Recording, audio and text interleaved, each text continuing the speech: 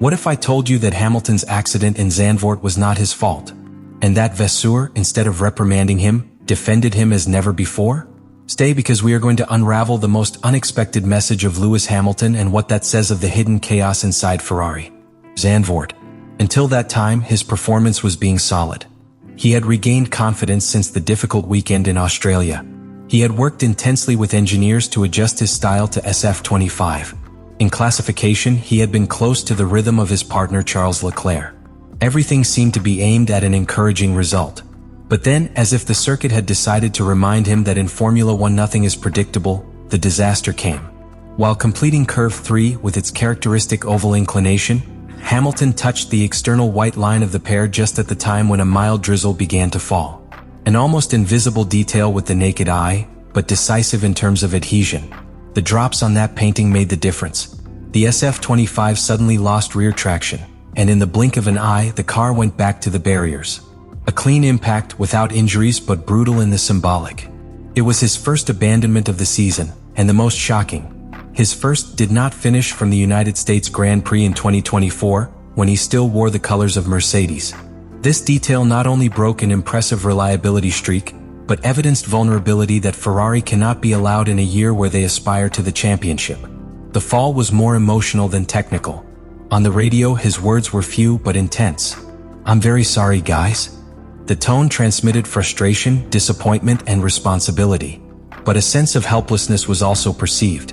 It was as if Hamilton understood that there were elements outside his control. The slippery surface, the configuration of the car, or even the response of the tires, had everything played a role. This accident was not one more in Zandvoort's history. It was a turning point, because the narrative changed around Hamilton's adaptation in Ferrari. Until that time, the story was that of a champion in the process of integration, who was finding step-by-step rhythm. But after that error, the possibility that the car is not only facilitating life, but directly hindering his talent, was opened. In addition, the symbolism of the place cannot be ignored. The Netherlands, land of Max Verstappen, its former great rival. In that scenario, where each camera was aware of its performance, Hamilton was left out without the option of responding on the track. It was a double fall, sports and narrative. What seemed like a promising weekend became a deep question about the future of the Ferrari-Hamilton project.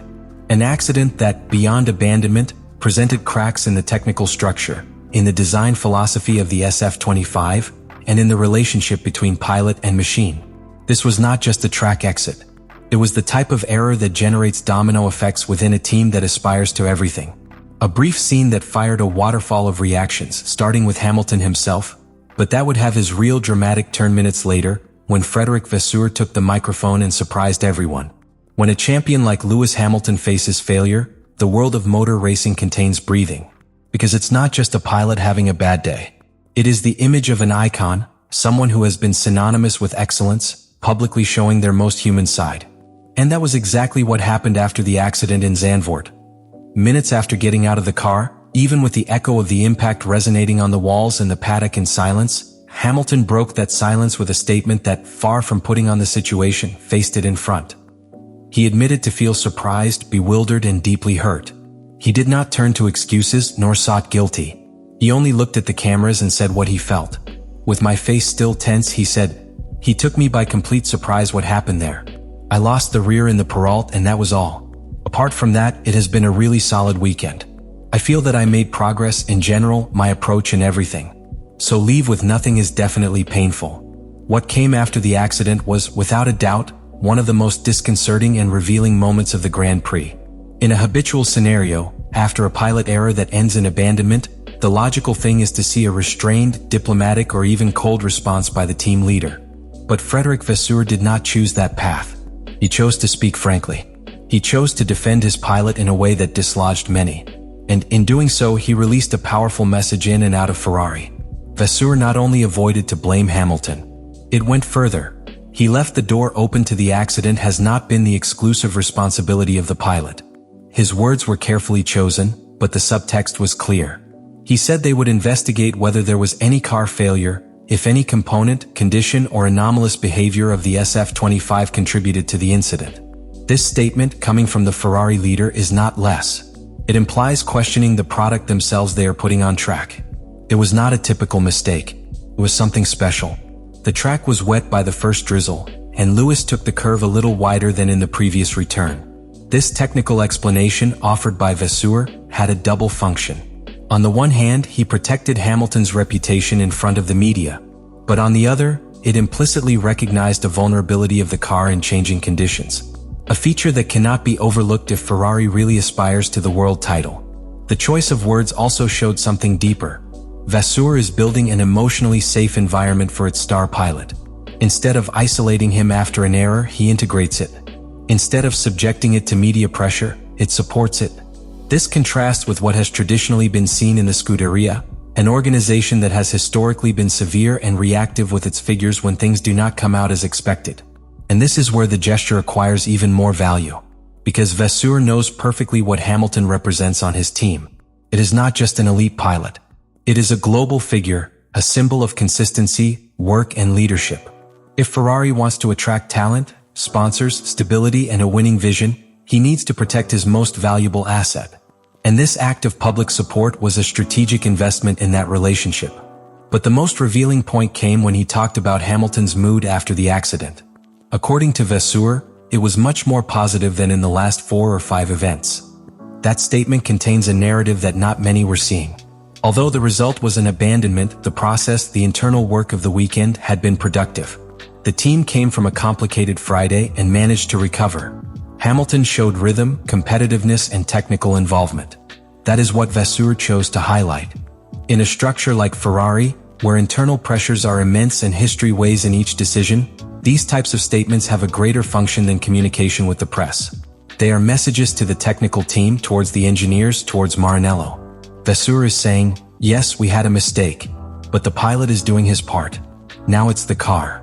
This turn in the narrative, where the focus ceases to be only on the pilot and extends to the machinery, opens a new chapter in Ferrari's analysis. Because it puts on the table the urgent need to review the design of the SF25, its sensibilities with the tires, their behavior on changing surfaces, and above all, its compatibility with Hamilton's driving style. In other words, Vasseur's public defense was not just a sample of loyalty. It was a calculated movement to protect its pilot, soothe internal spirits, and at the same time send a direct signal to the technical department. The responsibility limit is changing, and the focus of improvement is no longer just the pilot. What happened in Zandvoort was the visible symptom of a problem that Ferrari drags from the beginning of the season. The SF25 in its current configuration is not built for Lewis Hamilton. And that statement is not an emotional exaggeration product of abandonment. It is the result of a deep technical analysis, which has been revealing with each session more cracks in the relationship between car and pilot. This is where engineering collides with the reality of track. A car can be extraordinary in simulation, but if it does not allow human errors in real conditions, it is not a winning car. And in Formula One Modern, where maneuver margins are minimal, a car that does not tolerate variable conditions is a frustration sentence. The irony is that Ferrari brought Hamilton to make that final jump to the championship. But the car they have given does not behave as an extension of their talent, but as an obstacle that must overcome every weekend. The learning curve, far from flattening, has become a constant escalation. Vasseur knows it, Hamilton knows it, and now the entire paddock knows so. The challenge presented to Ferrari is not less. It is not enough to adapt the car to Leclerc and expect Hamilton to be coupled.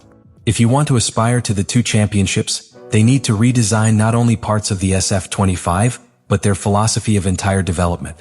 And they have to do it urgently.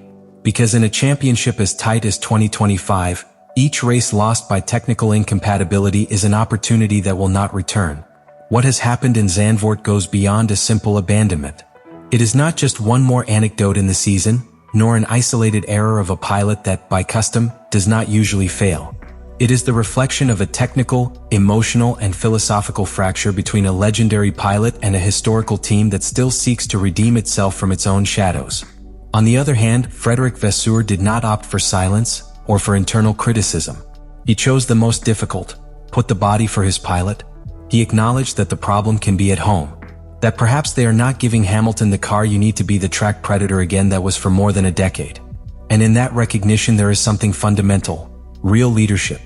Now, the big question is about the table. Does Ferrari have the ability to reverse this trend on time? Can they redesign the key areas of the SF25 without compromising their immediate competitiveness?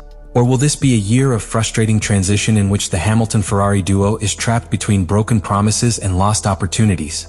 I want to know what you think. Is this the beginning of a great trace of Hamilton with the rampant Cavallino, or are we seeing how the dream of glory for Ferrari escapes once again? Do you think the team will be able to modify its technical approach in the middle of the season?